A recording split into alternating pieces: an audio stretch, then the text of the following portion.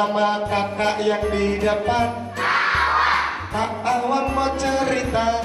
Dunia anak penuh keceriaan. Di masa ini kreativitas dan daya imajinasi mereka berkembang.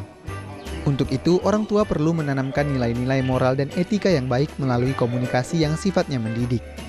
Salah satu bentuk metode komunikasi anak dan orang tua yang syarat akan pesan moral adalah lewat kegiatan mendongeng. Tergerusnya budaya mendongeng serta kurangnya sarana edukasi menarik bagi anak-anak menjadi dasar berdirinya Kampung Dongeng Medan atau disingkat Kado Medan. Kado Medan didirikan oleh Cici Tarigan pada tahun 2013. Ia terinspirasi dari kegiatan Awam Prakoso, seorang pendongeng nasional sekaligus pendiri Kado di Indonesia. Kini meskipun berbekal 7 orang relawan yang aktif, Kado Medan berupaya membangkitkan dan melestarikan kembali kegiatan mendongeng ke masyarakat. Setiap bulan mereka rutin menggelar kegiatan Kado awal pekan. Kegiatannya meliputi workshop kreativitas anak, ajang unjuk bakat, dan pertunjukan pentas dongeng. Tema dongeng yang mereka bawakan biasanya disesuaikan dengan tingkatan umur pendengarnya.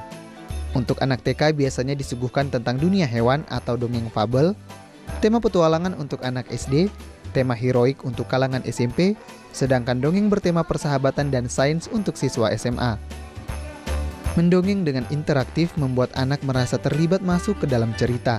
Usaha relawan Kado Medan dalam menularkan kebiasaan mendongeng ke masyarakat ini menjadi suatu upaya positif dalam mengasah daya imajinasi dan karakter anak. Kelak diharapkan kesibukan orang tua tidak lagi menjadi alasan untuk meninggalkan kebiasaan mendongeng sebelum tidur bagi anak-anak mereka.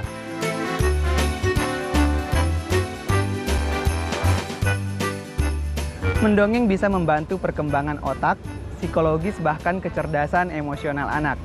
Nah, selain itu ternyata mendongeng juga bisa membantu mempererat kembali hubungan antara orang tua dan anak. Nah, di Kota Medan sendiri ada sekelompok relawan Kampung Dongeng Medan atau disingkat Kado Medan yang terus menggalakkan virus mendongeng ke masyarakat. Nah, hari ini sudah hadir bersama saya salah seorang relawan Kampung Dongeng Medan yaitu Indriani. Halo Kak Indri. Halo. Apa kabar? Baik. Terima kasih sudah hadir di Selasar Budi. Ya, sama-sama. Nah, seperti apa sih Kak fenomena mendongeng sendiri di Indonesia khususnya Kota Medan sehingga perlu membentuk sebuah Kampung Dongeng Medan ini? Sebenarnya banyak sekali ya anak-anak sekarang yang udah tidak kenal lagi yang namanya legenda, kemudian malah sejarah atau cerita-cerita dongeng-dongeng yang dulu sering kita dengar. Makanya sayang sekali banyak ketimpangan gitu dari malah menurun gitu daripada kita dulu waktu kecil. Maka kita dengan beberapa relawan mikir perlu nih kita galakan kembali cerita-cerita yang bermanfaat bagi anak-anak. Nah, kalau misalnya di Medan sendiri seperti apa Kak fenomena mendongeng sendiri?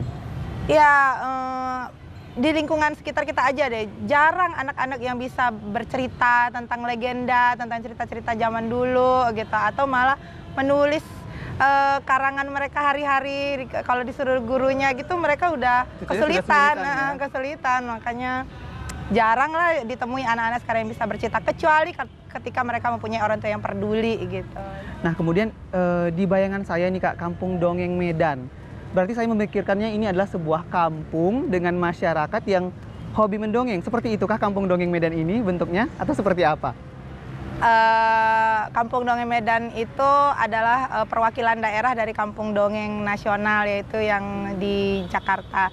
Kenapa diberi Kampung Dongeng? Iya, karena memang yang di pusat, yang di Jakarta itu memang di sudut pinggiran Tangerang. Jadi maka founder kita menamakannya Kampung Dongeng gitu. Tapi juga bisa filosofnya, disitulah kita semua kegiatan yang berkegiatan dengan anak itu ada di situ, kampungnya anak-anak gitu. Tapi karena memang lebih memilih dongeng sebagai sarana utamanya, maka dibuat Kampung Dongeng.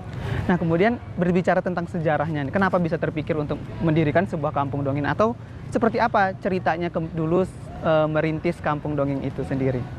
Ya, tadinya kita mengikuti kegiatan-kegiatan Kak Awam sih melalui sosial media. Kemudian kita tergerak, loh kenapa ya di kota kita sendiri nggak punya yang kayak gitu. Nah, Kak Awam ini siapa Kak? Kaum Prakoso itu adalah seorang praktisi pendidikan, juga pakar dongeng. Oh, berarti awal mulainya dari sana?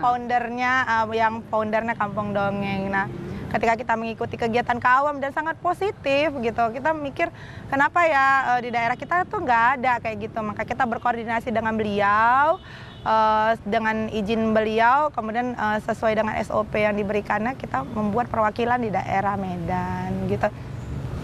Berbicara tentang manfaat mendongeng nih Kak, seperti apa sih manfaat mendongeng mungkin untuk bagi anak-anak sendiri, dari baik itu dari segi mentalnya, kemudian intelijensinya, itu seperti apa manfaatnya?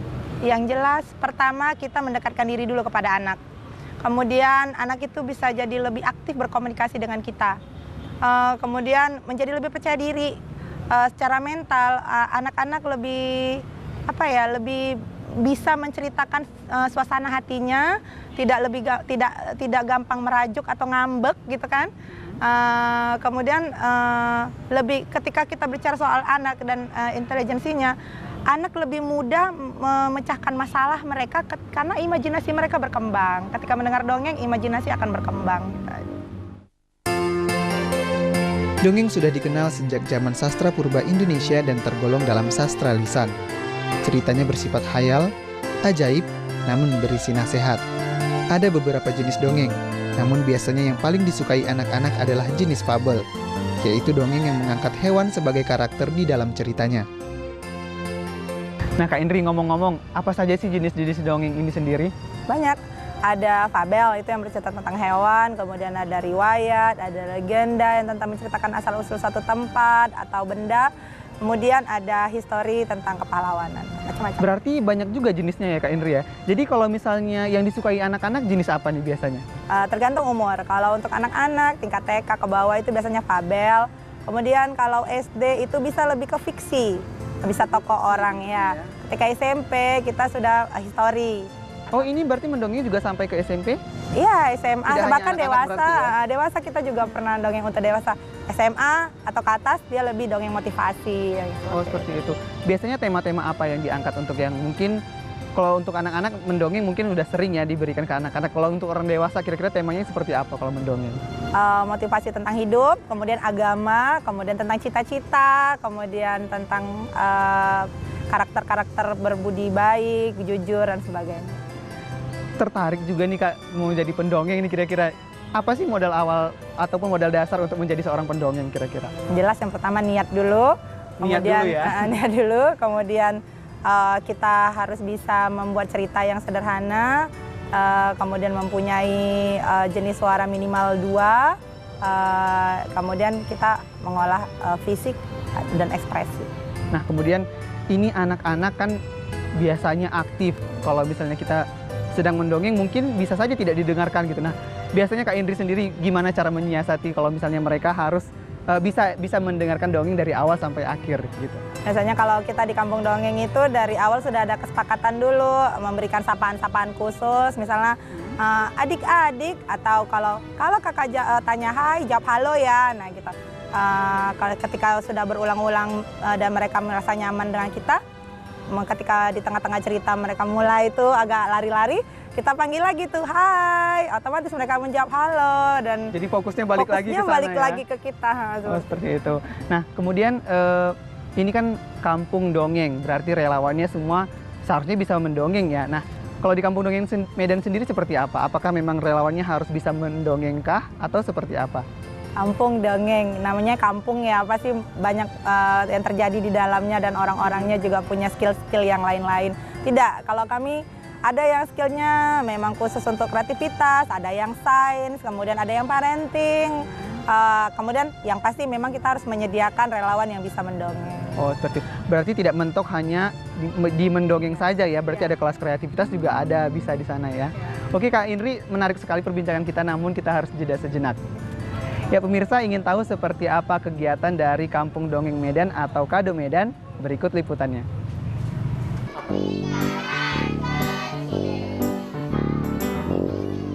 Menjadi sekelompok pemuda yang konsen terhadap budaya mendongeng, Kado Medan juga menjangkau beberapa daerah pelosok untuk menghibur anak-anak. Seperti pada kegiatan Kampung Dongeng Keliling yang berlokasi di daerah Tembung kali ini. Kegiatan yang menjadi rutinitas Kado Medan ini dilakukan sebulan sekali selama 1 pekan lamanya. Dulu, kegiatan Kado Medan sempat ditolak oleh beberapa pihak, meskipun kegiatannya bersifat gratis. Namun karena usaha dan tekad kuat para relawan, kini kegiatan Kado Medan akhirnya disambut baik oleh masyarakat.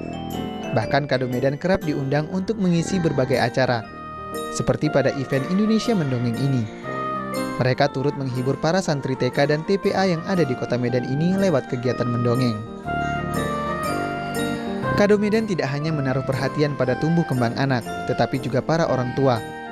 Lewat seminar parenting, mereka mengedukasi para orang tua tentang bagaimana memahami karakter anak, mendidik mereka tanpa menghardik, serta saling bertukar pikiran dalam memberikan pendidikan yang baik terhadap anak. Kado Medan mengajak masyarakat untuk mendongeng dan melakukan hal yang serupa. Minimal memulai kegiatan mendongeng dari orang tua, lingkungan sekolah, bahkan ke masyarakat.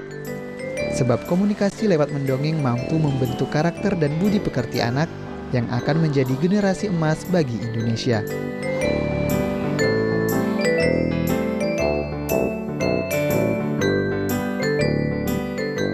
Masih bersama saya dan Indriani di Selasar Budi.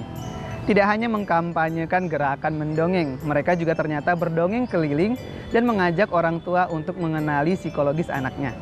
Nah Kak Indri, seperti apa nih kira-kira kegiatan yang sudah dilaksanakan oleh Kampung Dongeng? Karena kan ini dari 2013 sudah berjalan ya.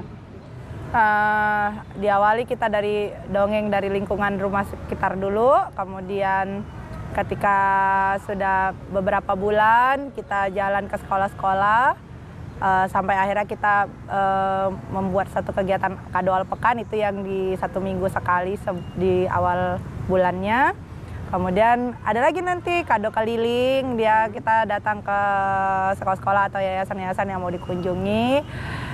Ningkat lagi kemarinnya ada kegiatan bakti sosial, kemudian ningkat lagi ada kegiatan Kampung Dongeng Kreativitas, kemudian yang terakhir adalah Kampung Dongeng Kunjungan. Berarti kegiatannya terus meningkat berarti ya. Nah, tadi saya dengar banyak tujuannya ke sekolah-sekolah. Nah, selain ke sekolah-sekolah kira-kira kemana lagi ya kalau misalnya Kampung Dongeng keliling? Ya, kalau Kampung Dongeng yang keliling memang masih seputaran sekolah-sekolah atau yayasan-yayasan atau orang-orang yang mau dikunjungi, mereka mengumpulkan anak di satu tempat dan kita tinggal datang gitu. Tapi belakangan ini kita juga berkunjung ke tempat-tempat yang di luar dari sekolah, misalnya lapas anak, kemudian panti asuhan, kemudian rumah baca di satu daerah Belawan sana. Nah, kira-kira selama berkegiatan pernah tidak mendapat penolakan dari masyarakat sendiri untuk kegiatan mendongeng ini? Ya, awal-awal juga seperti itu. Kalau kita datang gitu, minta waktunya sebentar untuk bermain-main dengan adik-adik, kita biasanya ditolak gitu. Sempat ditolak berarti ya? Iya, mereka menganggap untuk apa gitu mendongeng di sela-sela aktivitas sekolah. Sekolah itu kan penting kan gitu. Jadi di awal-awal 2013 tuh memang masih awam sekali perkenalan dongeng ke sekolah. Kemari-kemari malah justru sekolahnya yang ada tuh yang tiap bulan akan nelpon, Kak, kapan lagi nih ke sekolah kita? Oh, dulu yang sebenarnya mendapat penolakan sekarang malah ya, dapat requestan gitu ya Kak ya, kebalikannya Bang ya. Mendidik anak lewat mendongeng dengan atraktif dan interaktif adalah kegiatan yang mengasyikkan. Saat mendengarkan dongeng, anak bisa berimajinasi membentuk visualisasinya sendiri. Dan ketika mereka mulai tertarik, pesan moralnya pun akan mudah terserap. Mendongeng juga mempererat ikatan komunikasi antara anak dan orang tua. Ketika mendengar dongeng, anak akan semakin merasa dekat dan terikat dengan orang tuanya. Apalagi bila bercerita sambil memeluk mereka. Bagaimana sih antusias anak-anak ketika Kampung Dongeng datang untuk berdongeng untuk mereka gitu? Kalau sekarang kita baru datang aja, baru di depan kelas mereka tuh udah nyambut banget gitu kan, memanggil nama kita. Apalagi ketika kita bercerita dan mengajak mereka bermain itu dari riuhnya seperti apa. Ya menyenangkan. Kampung Dongeng punya banyak kegiatan. Nah, apakah kegiatan ini sendiri digratiskan atau berbayar untuk masyarakat sendiri? Kita mengadakan kegiatan itu subsidi silang ya Kak, mana yang memang ketika kunjungan sosial, ketika kita ke tempat-tempat namanya perlu dibantu, kita pasti gratisin ya Kak. Tapi memang di beberapa kegiatan ya memang kita diundang khusus untuk tampil di acara mereka, itu memang berbayar. Saya dengar Kado Medan juga menjadi pelopor berdirinya kado lain di Sumatera Utara. Di mana saja, Kak? Nah, lebih tepatnya membantu ya. Membantu ya. Membantu. Nah, kita punya 3 teman-teman adik-adik, itu Kampung Dongeng Binjai, Kampung Dongeng Stabat, dengan Kampung Dongeng Banda Aceh. Nah, itu kegiatannya apakah sama seperti Kampung Dongeng Medan juga atau punya ciri khas kegiatan yang berbeda? Setiap daerah itu pasti punya ciri khas masing-masing dan itu dibebaskan oleh founder kami. Nah, kemudian kenapa nih terpikir untuk membantu mendirikan kado di tempat yang lain, di daerah yang lain? Apakah di Medan ini kurang cukup merangkul masyarakat untuk kembali berdongeng untuk anak-anaknya? Kita bergerak melalui sosial media ya, jadi kegiatan kita pasti akan terdengar di daerah-daerah yang lumayan jauh dari kita. Nah, mereka berulang kali mengundang gitu kan, berarti kan animo mereka cukup banyak, cukup bagus. Nah, kita terpikir kenapa tidak mereka saja yang bergerak gitu. Kalau kita yang harus mondar-mandir juga kasihan merekanya juga harus mengakomodasikan kami kan. Jadi kami menyarankan mereka agar mendirikan di tempatnya dan kita akan membantu mereka mulai dari perkenalan, kemudian menjadi pendongeng yang baik, kemudian mendirikan organisasi dan sebagainya. Nah, kemudian Kampung Dongeng Medan dikatakan tadi membantu berdirinya kampung dongeng lain yang ada di luar daerah. Lantas saat itu apa sih target yang ingin dicapai dari Kado Medan ketika sudah berhasil mendirikan ataupun membantu Kado Medan berdiri di daerah yang lain? Oke. Target kami selalu ke anak-anaknya, agar anak-anak di satu daerah itu lebih sering lagi mendengar cerita, lebih sering lagi bermain-main layaknya kita dulu gitu. Nah, alhamdulillah tercapai. Jadi di daerah-daerah yang sudah kami kunjungi, mereka sudah mulai punya adik-adik kampung dongengnya sendiri. Sudah punya anggota sendiri ya. Nah, kalau misalnya antusiasnya jauh berbeda tidak seperti yang ada di Kota Medan atau yang ada di luar sana? Sebenarnya antusiasnya sama ya, cuman apakah pergerakannya lebih cepat, lebih lambat, itu dilihat dari besar kecilnya kota tersebut itu sebenarnya. Selain di Medan ada banyak juga Kado Medan. Lantas seperti apa sih hubungan kerjasama antara Kado Medan dan Kado yang ada di luar Medan sendiri? Persaudaraan, jadi Persaudaraan, jadi ketika mungkin ada yang memanggil kami dari Binjai, kami akan menyarankan untuk menyerahkannya ke Kado Binjai. Kalau ada yang memanggil kita di Aceh, kita akan menyerahkan. Nah, itu kan bersaudara, artinya kita saling berbagi dan sharing informasi. Pernah tidak mengadakan kegiatan di satu tempat, namun dari kampung dongeng yang berbeda daerah? Pernah tidak, Kak? Sebelum terdirinya Kampung Dongeng itu pernah juga kita jadinya bersinergi. Ketika kita di lapas kemarin, Kampung Dongeng lapas kan ada di Medan, Kampung Dongeng Binjai sama Stabat datang ke Medan, kita sama-sama mengadakan. Baik Kak Indri, kita harus jeda sejenak kembali.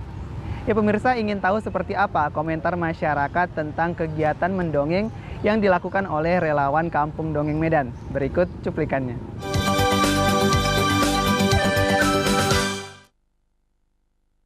Meningkatkan kreativitas dan daya pikir anak itu dia biar bisa lebih aktif dan kreatif gitu. Kedepannya kita ingin di televisi atau di mana ada acara-acara yang seperti ini, karena kan sekarang ini terlalu banyak kartun-kartun pun yang tidak mendidik. Jadi dengan mendongeng ini kan ada istilahnya apa tuh namanya, umpan balik atau kesimpulan atau pendidikan yang dapat diterima oleh anak. Kegiatannya bagi saya positif banget, apalagi buat anak-anak, karena anak-anak sekarang butuh dongeng gitu. Karena udah banyak gadget, jadi mereka kan di gadget itu nggak ada dongeng. Jadi dengan adanya Kampung Dongeng ini, mereka jadi tambah tahu cerita-cerita dahulu, cerita-cerita tentang binatang. Jadi mereka mengerti. Dengan dongeng kita bisa tanamkan pendidikan buat anak-anak, buat tanamkan rasa sabar, rasa giat belajar dan rasa bersyukur pada Yang Kuasa. Kegiatannya membuat kita percaya diri, tidak putus asa, dan selalu membuat orang bahagia. Seorang yang pemuda yang sederhana ingin menjadi orang kaya. Kita harus tidak boleh pantang menyerah, selalu berusaha, dan selalu berdoa kepada Allah Subhanahu wa Ta'ala. Kegiatannya senam dan menari. Batu ceritanya baik ramah, dan sopan.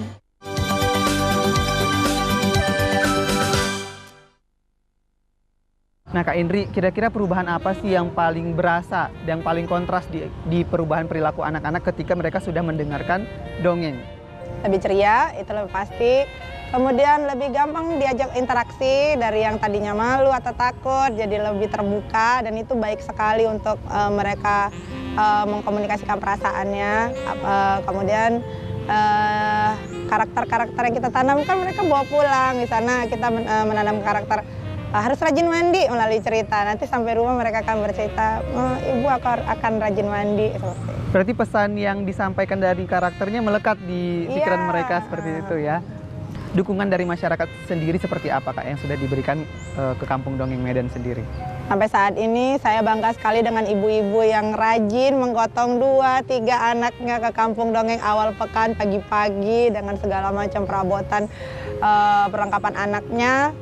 Hanya untuk mendengarkan cerita, sekitar 2 jam, 3 jam bermain dengan kami, itu sudah menunjukkan bahwa orang tua merasa perlu ada satu waktu untuk anaknya bermain-main kembali seperti kita dulu gitu.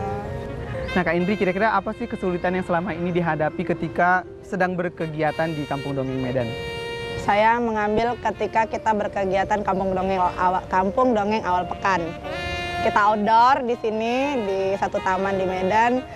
Ya pasti akan berdamai dengan cuaca. Kalau panas ya kepanasan, apalagi kalau hujan kita akan kocar-kacir mencari tempat yang aman. Kalau di ruangan kita akan berhadapan dengan teknis, apakah soundnya yang kurang baik atau gedungnya yang terlalu panas, seperti itu.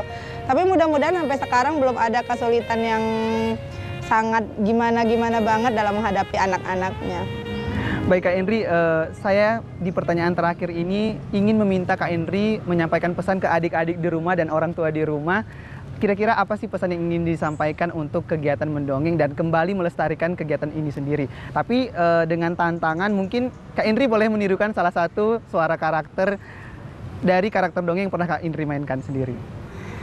Hai adik-adik, jangan lupa ya, membaca buku itu penting. Kemudian mendengarkan cerita itu juga penting. Kalian bisa bergembira dan berimajinasi melalui sebuah cerita. Makanya membaca ya, membaca adalah jendela dunia. Kamu akan menemukan hal-hal ajaib di dalamnya. Oke, terima kasih. Wah, menarik sekali Kak Indri. Terima kasih sudah hadir di Selasar Budi Kak Indri. Semoga perbincangan kita hari ini bermanfaat buat adik-adik dan orang tua di rumah. Baik pemirsa, semoga apa yang dilakukan oleh relawan Kampung Dongeng Medan bisa menginspirasi sekaligus menjadi teladan bagi kita semua untuk terus berbuat kebaikan. Sekian program Selasar Budi, tebarkanlah nilai kebajikan di setiap lini kehidupan. Sampai jumpa.